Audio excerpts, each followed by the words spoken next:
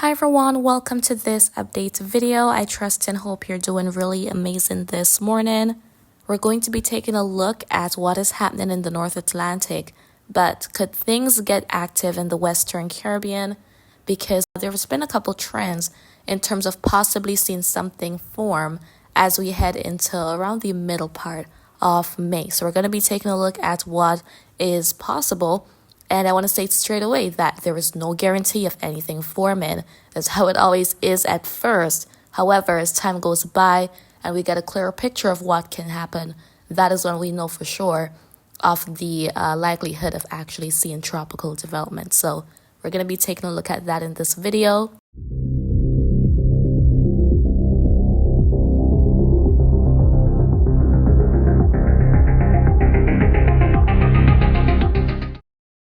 Here we are seeing what is going on. So we've got that frontal system making its way through the United States and entering the Gulf.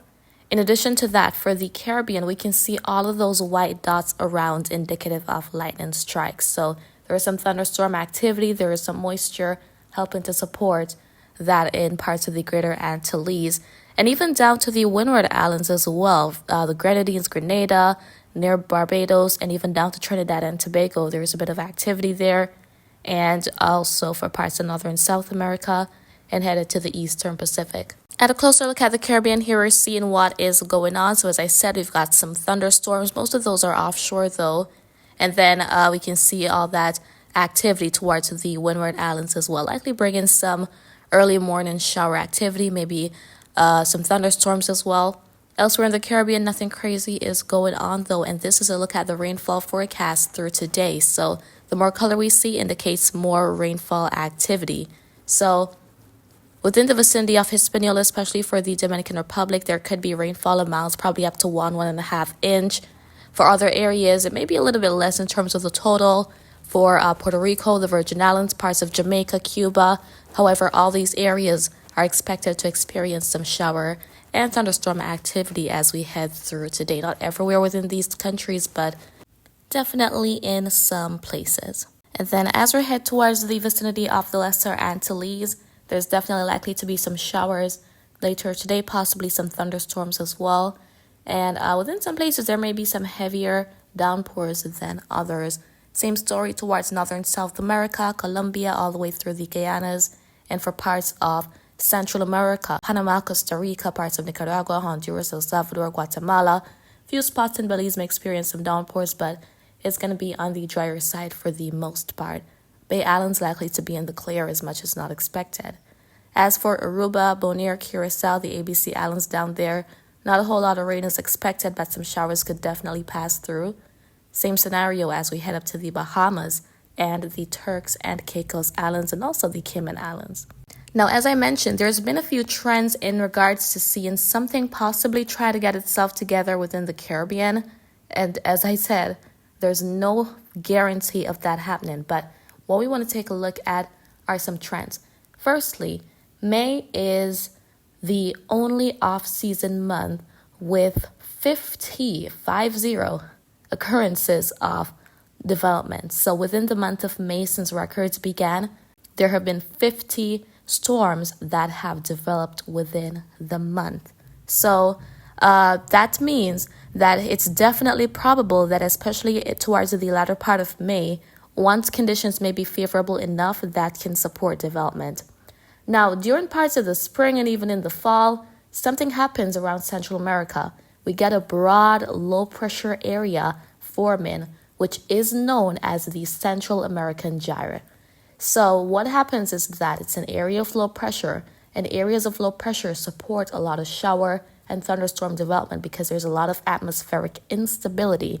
So when that happens, we also get these little vortices that may develop within that gyre. And those vortices may try to materialize into something when the conditions are right. We're talking about very warm waters, limited land interaction as well, and those upper level winds being favorable. So those conditions, along with little dry air intrusion, those conditions actually help to support tropical cyclone development. And even in the Eastern Pacific, it is one of the major factors which helps to contribute to development, especially closer to land. So for the Eastern Pacific hurricane season, and by the way, that hurricane season begins on the 15th of May. Meanwhile, the Atlantic hurricane season begins on the 1st of June. However, the National Hurricane Center for the past couple of years has started issuing their outlooks beginning May 15th. And there were talks of the Atlantic hurricane season possibly starting 2 weeks earlier at May 15th. However, that didn't happen, so the hurricane season is officially the 1st of June. However, it's definitely a possibility that we could see something develop, especially with that gyroforming within Central America. Naturally, because it is going to be resulting in all of that moisture, there's going to be a lot of rain within Central America. And then in either basin, the Eastern Pacific or the Caribbean, we could see something get itself together. Now, this is a look at what is expected by the GFS. Now, the reason I'm showing GFS is because it is the only model that goes as far out as it does. We'll be looking at that, and also Euro goes a little bit closer to that time frame as well. So this is the forecast. There we have the time up there for Thursday, May 15th. We can see these green shadings, which indicate the moisture, and those black squiggly lines, which are called isobars. Isobars are lines that join areas of equal atmospheric pressure. In terms of development, what we want to see are those isobars in a circular manner, and that L to show that, hey, this is an airflow pressure, and the lower that value is for the pressure, the stronger the system. So we can see that surge in moisture that is expected May 15th in the Caribbean, and there we get that airflow pressure, but notice that we're not really seeing those isobars in a circular manner at all. So this is something disorganized. All that moisture is spreading across Central America and in the West Caribbean.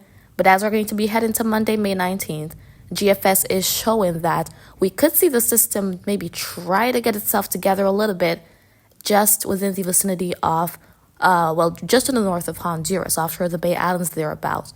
And we see all that moisture around, and that's as far as GFS goes as of the latest run. Now, the Euro model goes out to, this would be for Saturday, late Saturday on May 17th. We just see a surge in moisture here. So Euro is not showing any area of low pressure forming.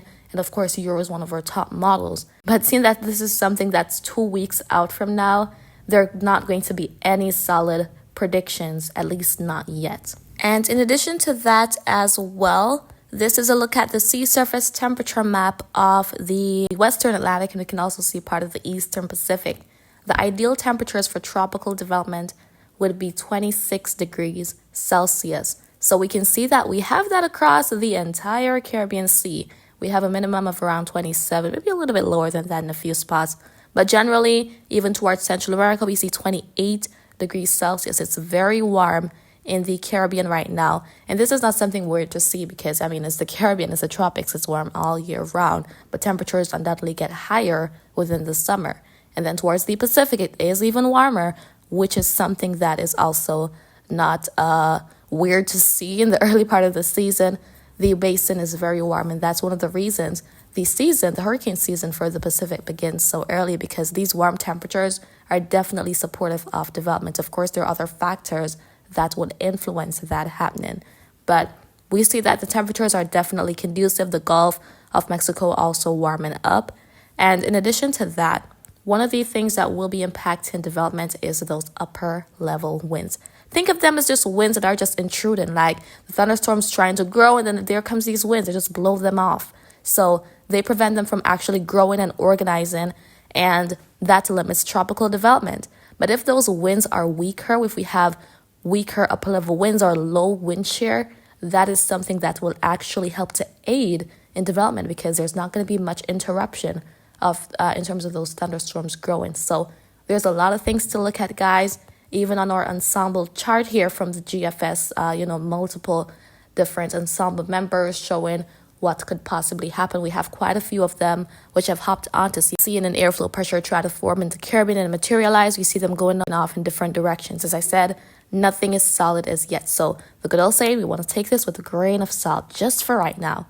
But this is something that we'll be talking more and more about as time goes by, and I'll keep you posted as per usual. So it's that time of year when things definitely start getting active in the tropics. So That's what I wanted to bring to your attention in today's update video, and I do hope you found it to be informative. But if you have any questions, feel free to drop them down below in the comments. I'll get to you when I can, and remember to always be weatherwise.